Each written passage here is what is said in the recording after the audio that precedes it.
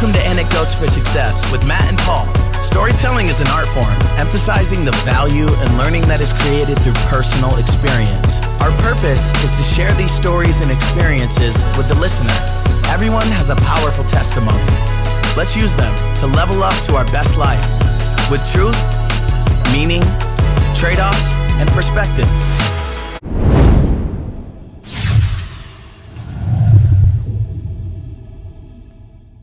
Big shout out to Isaac Mather for the new podcast intro. You can check Isaac's music out on all socials or directly at isaacmathermusic.com.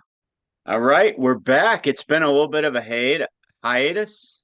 Is that the word? Did I use it right? That is the word. It's been a hiatus. Yeah, it has. We broke our string of weekly podcasts. I like to think for good reasons. You've been busy like always. I mean, I'm not saying I'm not busy, but I've taken on some new ventures, my wife and I, that have just led to me being the anchor of being able to time around your schedule. Now we have two moving schedules, and it's been almost impossible, right? Well, that has been it for sure. I mean, life has been. I mean, and I've got a baby that I've had. She'll be 7 months old 2 days from now, but that takes some adjustment, and you've got some things going on that take some adjustment. Plus, you've been busy with softball. Hey, look, we're not excuse makers, though, right? We've made that decision, and off we go. It's been interesting though, Paul. The number of people have said to me, "Hey, what's going on? I haven't seen your podcast." And there's, I'm like, "Oh, I'm glad you're paying attention." Yeah, well, I've had a couple people say, "Well, you're still podcasting with your daughter. Why aren't you podcasting with Matt?" And I just say, "Well, I'm cheating on him. We needed it. We needed a break. We just went our separate ways." No, we're mad at each other. No, but what's kind of fun is the reason I'm doing half of the new stuff I'm doing right now is because of all the talks we've had on this podcast. Yeah, no doubt. And if you're just going to sit and talk all the time, which we love, this was just when you prioritize and make trade-offs. This just fell by the wayside for a couple of weeks, and not making an excuse. We could have tried harder as well. Yeah, we could have. Yeah, we could have made some other trades. Yep. I've had two people in the last month tell me they've started a business endeavor because of listening to us. Is that right? And then I have another friend, you know him, but I'll wait till he's ready, considering early retirement because of some other stuff that has come up. Really? Interesting. I think that's cool. Like, again, what's the point of doing what you're doing if you're not happy? I mean, happy with like what you're trying to aim for. I don't mean happy every second of the day. Yeah. I read something. My buddy Gary Vee there, who we've been talking about. Now, obviously, he's not my real buddy. I don't know him. I wish I did. But I read a quote from him recently. It reminded me of us and what we talk about. It said, "If you hate what you do every day, is it really work-life balance?" Because there's all this work-life balance, kind of socialization that goes on, and I've never quite agreed with that in its entirety, anyway. But I never thought of it like that. Like so many people striving for work-life balance who are spending, most of their waking hours doing something that they don't enjoy, they don't find any meaning and any purpose into.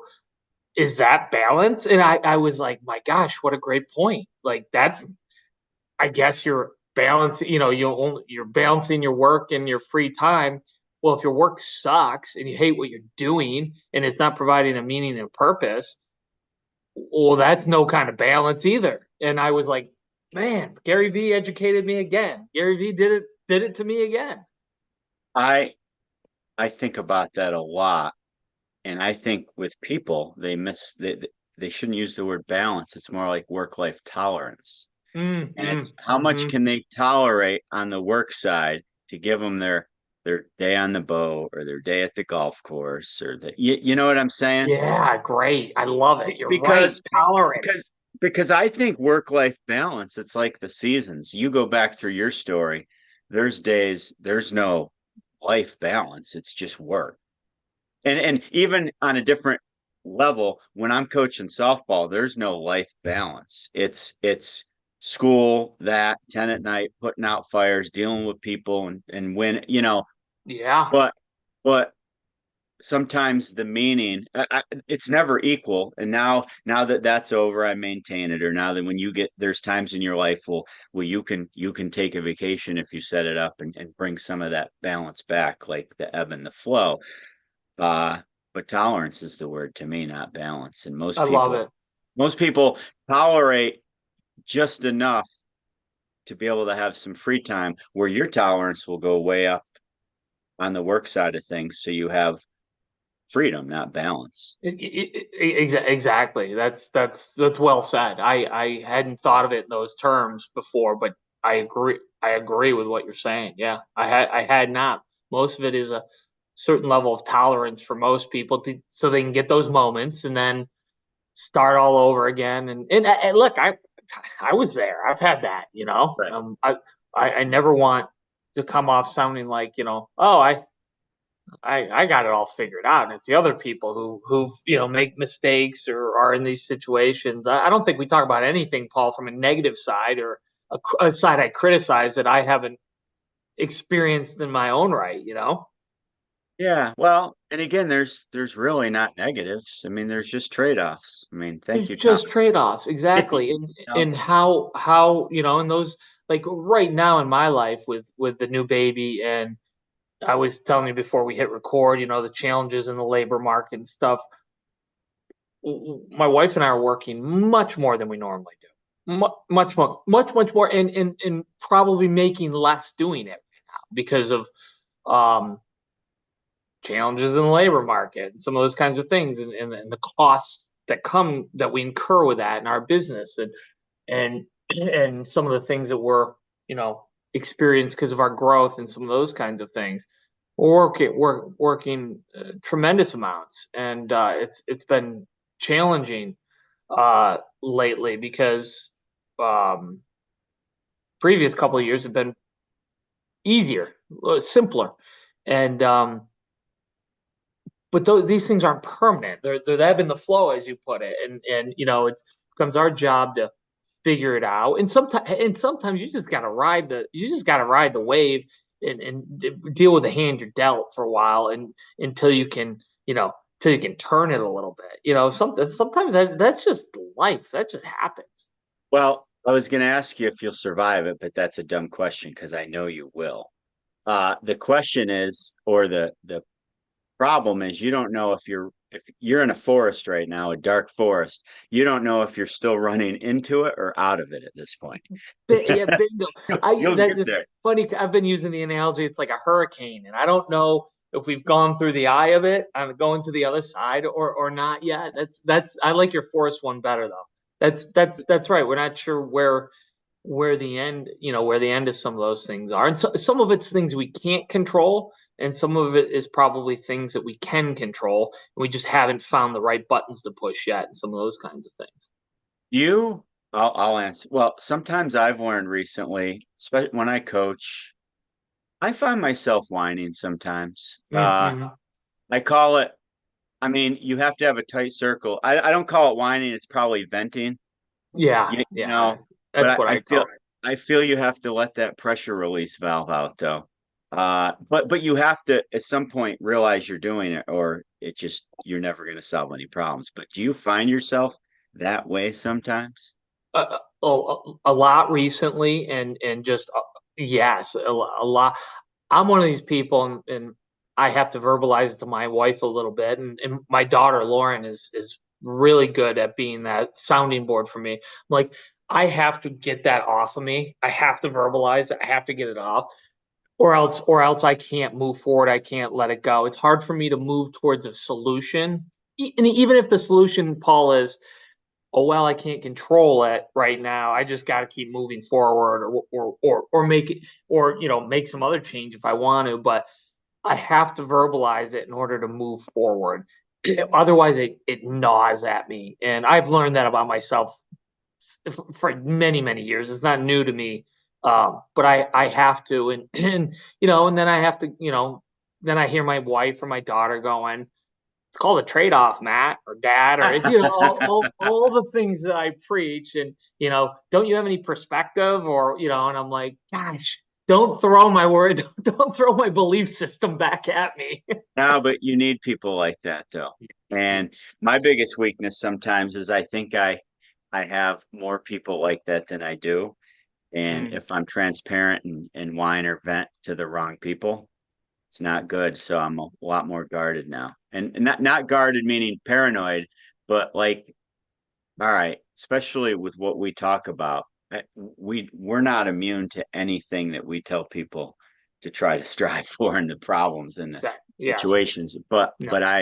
I my circle's real tight and efficient right now. And it's not because I don't like people. I was just telling you on the phone about how humbling some of the relationships have Yes. been. But people don't need to hear me vent or whine. That's all. No, I know. Nobody wants to hear it, right? I mean, Because they people like got to their hear own. it. A lot of people like to hear it. Yeah. That there's a certain type of people that they do. They love to hear it, and it's it's like, well, that it reminds me of a Simpsons episode, um, where so these are the people who to them it's fuel for, and that's why you don't try, right? That's why you don't do anything. The Simpsons episode, Bart does something and he fails, and Homer's lesson to him is, and I'm paraphrasing and I'm shortening it, but he gives him a little bit of a speech on it, and he said, and the lesson there is never try. Those are those people, they're not Right. trying, they're not stretching themselves, they're not becoming better and taking on the stress and the workload and the failure that comes with that process. They know they're not doing it. They have no intention of doing it. They don't like to see someone else doing it because so many people want to believe that the people who succeed out there, it's because of some other reason, right? So they were given it some other reason that exists. It doesn't apply to them. So the reason I'm not the success that so and so is because so and so's parents left it to him or her, or so and so was born into some special group, or whatever it is. What they don't want to see is themselves in you, because then, oh no, I could accomplish more, and that takes work, that takes risk, that takes me becoming something I'm not, and I don't want to do that. That's hard because that could come with some tears and some problems, and I'm scared of that. Therefore, let me just I want to watch you fail so I can say, see, I'm not doing anything is the right decision. I think there's a lot of defense mechanism in that. Sounds like when people say don't try, it's because they're tolerating, right? It's back to that word again. They're just tolerating their situation, looking for a couple silver linings instead of actually changing events and experiences that can make a difference for them. And even if you try and fail, we'll use that word, you still learn from it. You really do, yeah. It's not zero sum in those regards, No. And unless you want it to be, oh, I can never do that again. I tried once, and I don't even get it. I don't even get it. So what have you been up to in the 4 weeks? It started with a trip. Started with a trip, which was just fantastic. Perspective, right? Right. We spent a few days in Windsor in England, and then we spent about 6 days in Croatia, and then we spent like 4 or 5 back in London. And we've been to England several times now, but we'd never been to Croatia. And you know how much we love to travel. And Croatia was eye-opening. Talk about perspective, and I may have told you this, but we stopped and we had a wine tour one day with a wine owner and somewhere between Split and Dubrovnik on the Croatian coast on the Adriatic Sea. And a lot of people don't know about Croatia. I didn't. So had this wine tour, and the gentleman who was giving us, he was the owner, a third generation winery owner, and wonderfully nice gentleman. And he was younger than us. He was 43. He was telling me this story about, when he was 12 in 1990, one or two, I think it was one.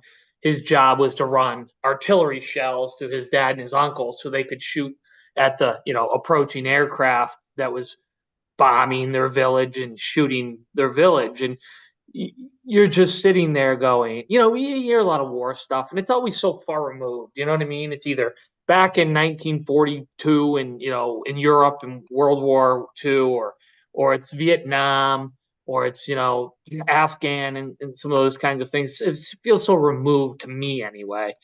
And it talked to this gentleman and talk about how he was doing that, and that was just the tip of the iceberg. I mean, we heard dozens of stories while we were there from people who lived through that war from 1991 to 1995, and it just again, it changes who I am. I don't come back the same person, which is why I love these trips so much.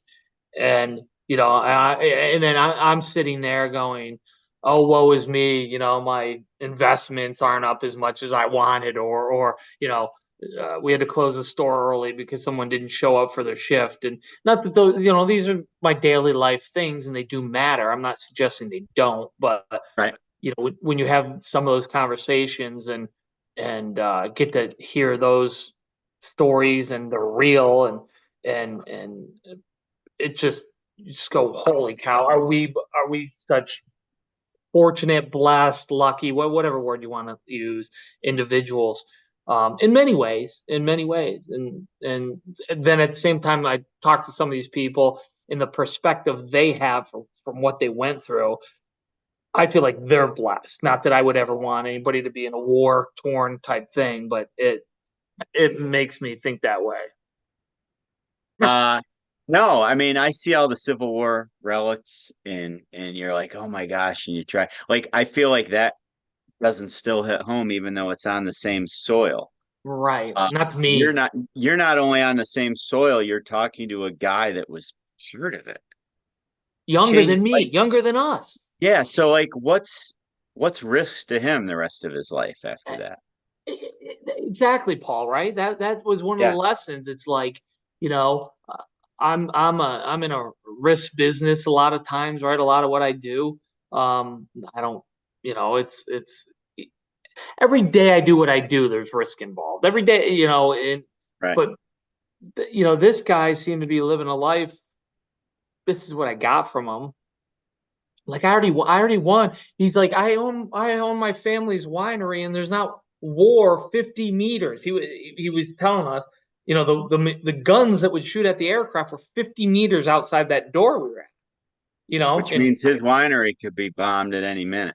Any minute. He goes, we don't have guns out there shooting at airplanes right now. Like, I already won. I'm already, you know what I mean? Like, and my family isn't in danger of getting, destroyed and murdered. Like, and he seemed to really genuinely be living a life understanding that. And in a lot of ways, you kind of envy that, right? In a weird, you know what I'm saying? Yeah. In a weird way. Where's the work-life balance when you're running artillery? I mean, exactly. I feel like those are words we get to throw around because of many people before us, of what they had to go through. And it'll probably happen. It'll happen again.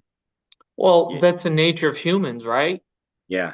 There's conflict. There's power. There's resources and things that humans want, and the only way to get them is from other people, right? Or sometimes. So that's always on the cusp there, right? But we have the privilege of never having gone through any of that. And I think because of it, thinking that those things aren't possible. Those were things that happened before to, people who just, didn't know any better. They weren't as good and moral and capable as we are. We've got it all figured out, and it's like, boy, that is a dangerous way to consider it. And when you talk to some of these other people, they don't think like that. They know that one of our guides, a woman, different, also in Croatia, but she was in her late 30s, remembering the war and lost people, in her family, and same kind of thing. Like, wow, I mean, it's just, it's so wonderful not to be in that situation anymore, and we're very grateful. And you're just thinking, grateful not to be, attacked and to be, threatened every day. What do you mean grateful? Like, isn't that how we all live? And it's like, no, it's not. It's not. Yeah, and you're only as resilient probably as the worst thing that's ever happened to you, right? Yeah. And for a lot of people, that means just getting yelled at on social media, Yeah. or Well, or yelled at work, yeah. or not getting playing time. I was Like, oh my gosh, exactly. how am I going to get through this? Come on, Yes. dude. You Yeah. know, Yeah. Well, Joe Rogan famously says, the worst thing that happened to you is the worst thing that happened to you. Yep. And I never thought about it. I've heard him mention it a few times, and I was like, and, I said, gosh, that's true.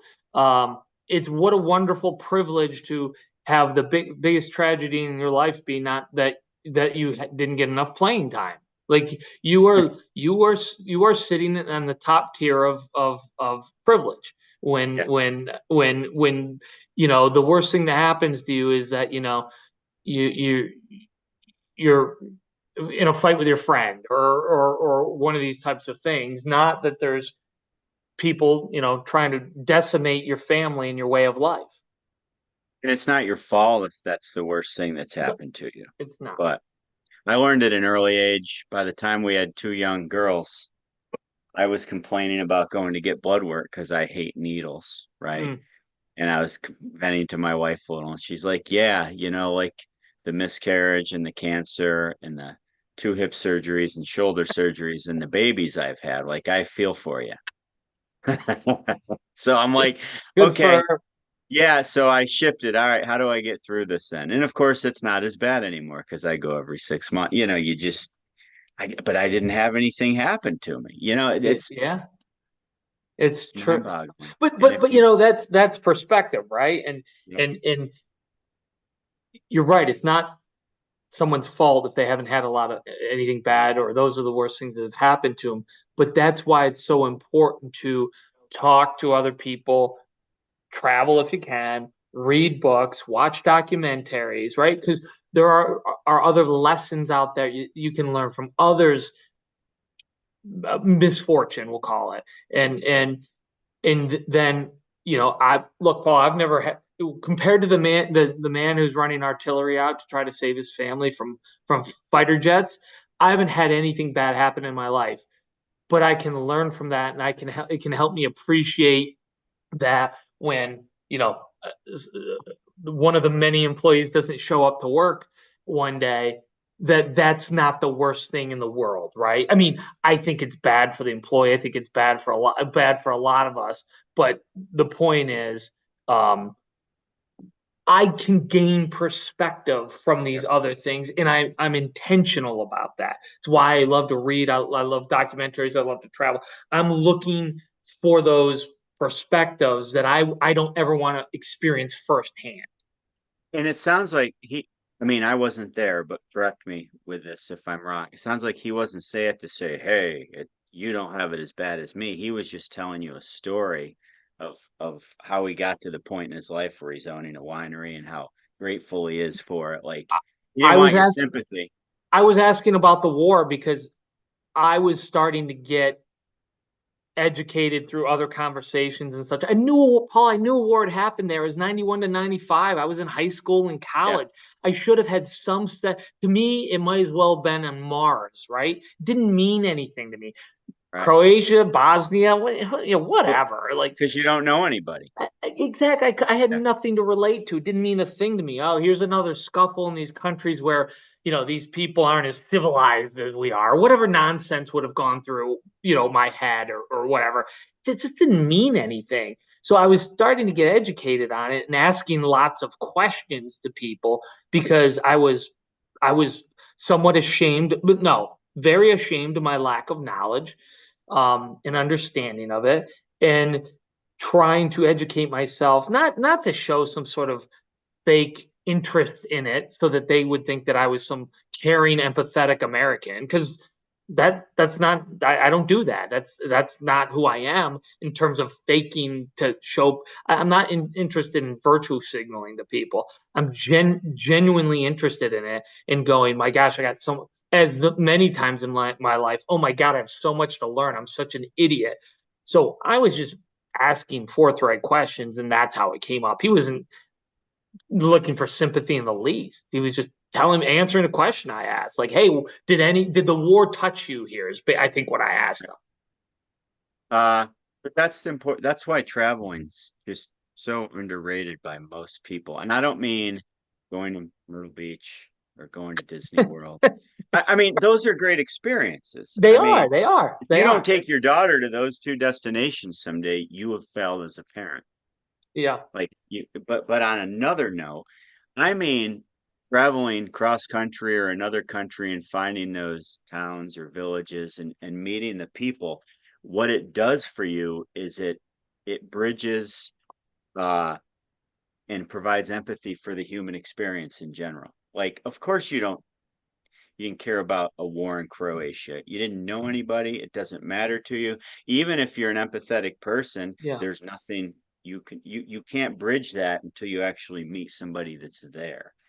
Or if you go to Alaska or England, or when you start meeting people, you understand how they think the way they think and believe what they believe and do what they Yeah. do, even if you don't agree. But if not, you just argue on social media, or you're like, I don't get these clowns that Right. believe this, or how can They're someone vote stupid. for Joe Biden or Donald Trump? Well, if you sit down and talk to them, most people have real reasons why they do it, and it has Yeah. nothing to do with IQ. It's their Yeah. experience. Yeah. And you travel, you bridge all that. And I'm sure if half the people you meet on your trips, or when I'm mostly traveling within the country, when you talk to people, if politics doesn't come up, that's okay, because you have so much more in common than just rooting for a team politically, right? Yes. It's ridiculous, the whole It's concept. ridiculous. It is. But you understand people, or you understand people's experiences. I don't want to say you understand people. I know I don't. But Not right. There's plenty I don't, but it does again, it helps with that. when you Immensely. travel, when you travel lifestyle wise, I'm always intrigued. I mean, I have to get off the grid a little bit because we're so Americanized, but when you travel, how different's the experience when it comes to food, or what The they do in the their free time? the food is genuinely very dramatically different in most places, and depending on where you are, like a Croatia, like in Right. Italy, like a Portugal, like a Spain, there's a lot of seafood, right? You're on the ocean or the sea. So the food, you get into Eastern Europe, this food could be Czechoslovakia or Czech Republic. I'm sorry, Czech Republic or Austria. It can be very different. England, Ireland, to me, they're much more similar, but the social things are very different. Just going into a bar, or a pub, and some of those things that there's just different experiences. Um, Sports are different. We went to two soccer games in our Yeah, language, but you're a big football fan. games were that while we were there. They were amazing experiences for us. Um, Sense of humors, um, um, politics. I feel like politics isn't the war it is like it is over here, in my experience, which is refreshing, frankly. Um, but it's I know I'm somewhere else, and it's not just the accent or the language. Hotels are different, a lot of more boutique type things, which I love. um Believe me, there's not a lot of ADA stuff there. My 70-year-old mother needs to go to the bathroom, she's got to go down 20 stairs in the basement of some 3,000-year-old building just to be able to use a bathroom, and maybe pay a euro to do so. There's a lot of things about it that you go, but that's part of the charm, and talking to different people, and I mean, just, but at the same time, there's things that are so similar. You're at a football game, a soccer game, and everyone's cheering for their team, and they're in their colors, and you know there's camaraderie there to it, right? And I've never had a single interaction overseas that wasn't positive, with people welcoming, even when they know you're American. They like to make fun of you a lot of times for being American in a very nice way. And that's fun. Humor bridges those gaps, right? And gives you something to talk about. I've met dozens and dozens of interesting people, that just great conversations. And that's why I'm like, people are people, these things we argue about on social media. And it's like, sit down across from them and talk. And my gosh, I bet, 95% of what you think will be, very similar. And that is just so fun and enjoyable. I feel like when you get back and the wheels haven't even landed, you're already planning your next trip. Is that how it works usually? No doubt about it. Oh yeah. I mean, we were talking while we were on the trip where we want to go next. I mean, if I could just, this would probably get boring too, but I mean, I would just travel nonstop if I had the resources to do it without having to work. You know what I mean? But if I had the resources to do it without having to work, would I appreciate it? Right? There'd be a trade-off there somewhere too, Paul. Right? Well, you have to stay, like, to me, well-rounded means you have to have lots of interests and lots of irons in the fire and lots of things going, or you begin not to appreciate any of it. Yeah. Like, heaven forbid, I'd love to live in San Diego where it's 65 and sunny all the time, but I don't think I'd appreciate the sunny days like we do here when we get 1 out of 5. Yeah. But to have the work-life balance, like we started the podcast with, to be able to go somewhere if you are sick of the weather where you're living, that's what it's all about, right? Or you feel a little bored or cooped up, you go travel and meet new people and bridge that human experience. That's what it's all about. But you have to still work. You have to keep mentally busy. You have to do things, right? Yeah. So No doubt about it. So what's your definition? Well, let's do this. What's your definition of work-life balance then? What's that mean to you? Because you also said something, and I didn't touch base. I know you were going with it because you don't technically believe in that. Yeah. What I know what you mean. I know what you mean. There are times when it's just time to get to work. It's just, there is no work-life balance. Like, if you want to truly be great at something, and I don't mean, when I say great, Paul, I don't mean Michael Jordan, LeBron James, Elon Musk, great, where I'm recognized as the greatest of all time kind of thing. I mean the best I'm capable of. That's what I mean. Or in the best you're capable of, the best my next door neighbor's capable of for themselves. It's a personal battle. It's not a battle. It's, to your point earlier, it's not a zero-sum game, or something you mentioned earlier. This is, how do I get to be the best person, or accomplish the feat I'm trying to accomplish? I don't believe in balance at that point. So Paul, I'll give you a few examples. There's been a handful of things I wanted at certain times in my life more than anything in the world. I was obsessed with them to the point where that's all I thought about. It's all I worked on. It was everything. I accomplished every one of them, but it was the obsession that got me there. It wasn't, well, if it's meant to be, it's meant to be. But my wife, when I met my wife, Paul, I was like, that is the woman I'm here to marry. That is the person that I want to be in my life, and to be my wife. And I didn't just, she had a boyfriend at the time. It took me 2.5 years to get my first date with her. 2.5 years. Well, I didn't just go, well, if it's meant to be, then maybe she'll call me out of the blue someday. I built a friendship with her. We had trust together. Like, that took time and effort, and it was important to me. When it was in high school and wanted to dunk a basketball, Paul, I was like 5'10" and could barely touch the backboard. I spent years, 45 minutes every day for 11 years jumping rope. 45 minutes every single day. No Christmases off. No. And if you don't know how hard that is, go jump rope for 3 minutes and tell me how your legs feel. 45 minutes every day, no exceptions, 0 exceptions. in that 11 years, I bet I may have missed a day 4 or 5 times total. Probably because I was so sick with a flu or something. I don't know. I don't even remember if I did, but I'm sure I must have. Well, I had no pro. I was very capable of dunking a basketball at that point in my life. My journey with my businesses. I didn't just go, oh, okay, well, I'm going to read some books, and if it's meant to be, it's meant to be. I cut every cost out. I worked second and third jobs and fourth jobs. I consulted. I took other risks.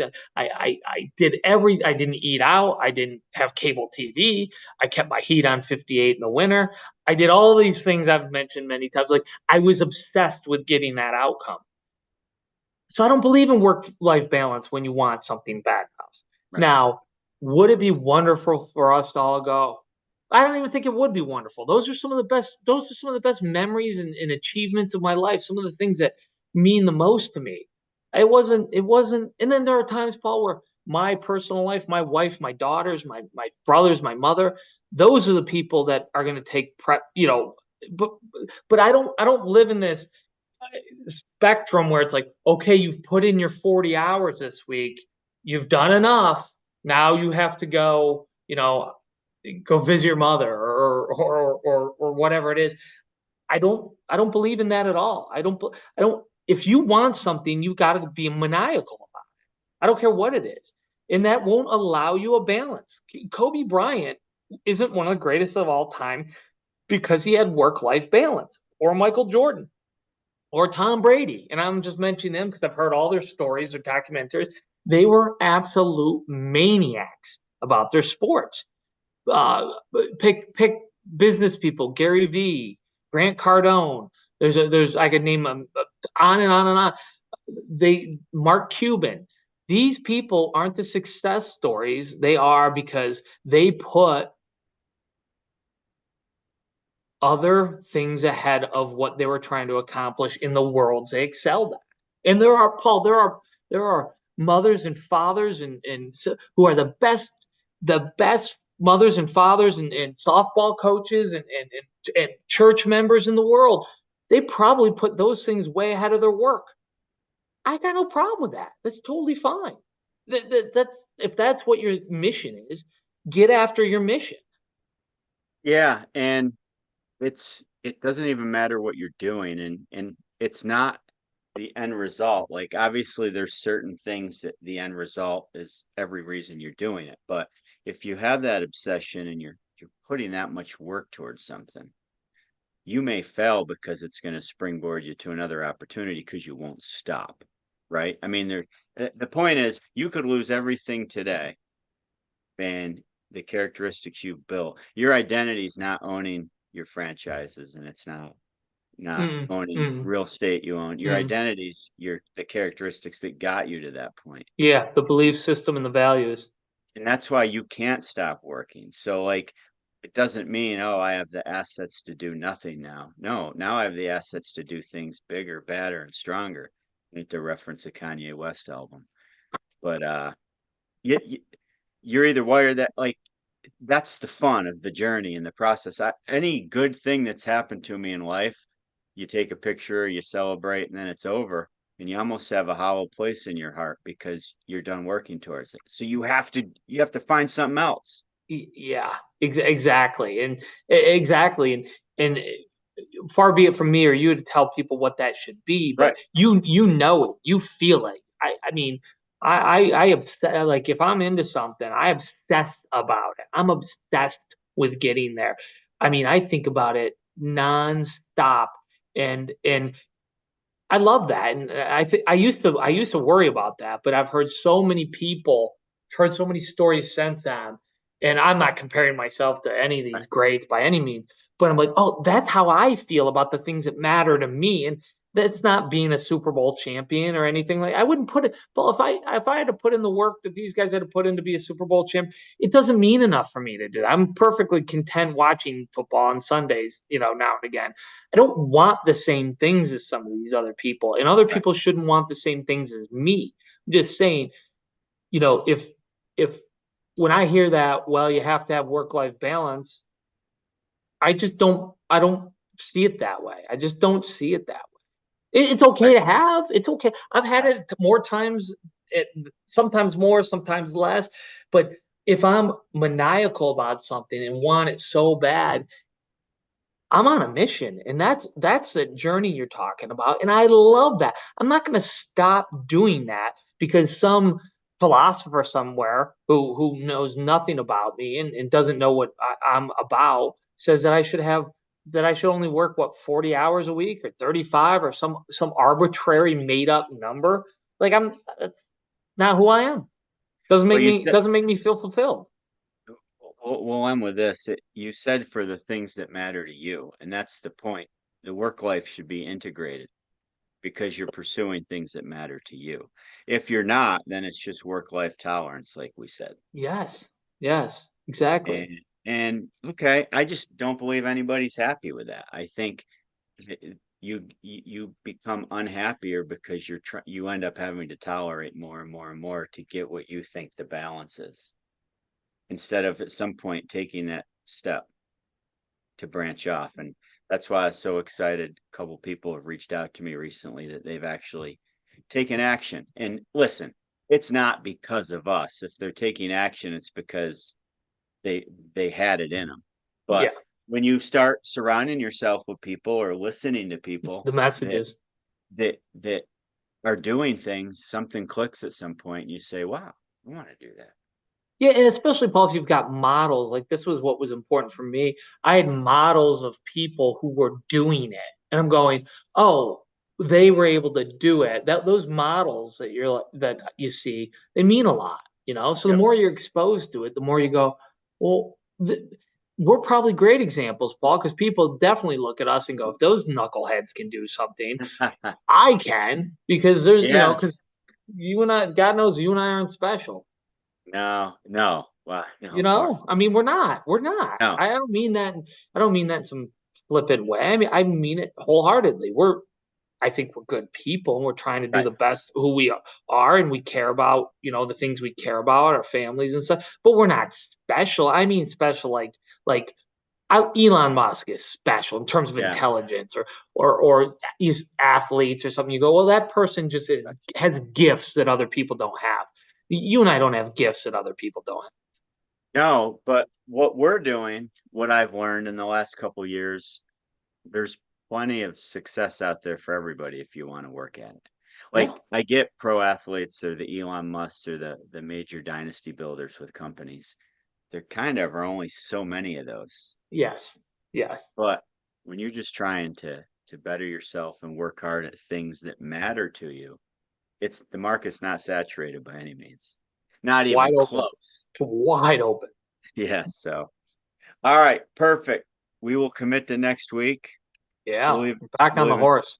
we'll even step it up and have a guest again. It's time to get back in the saddle, right? Love it. Love it. All right, Matt, till next time. See Yes, ya. sir. See you.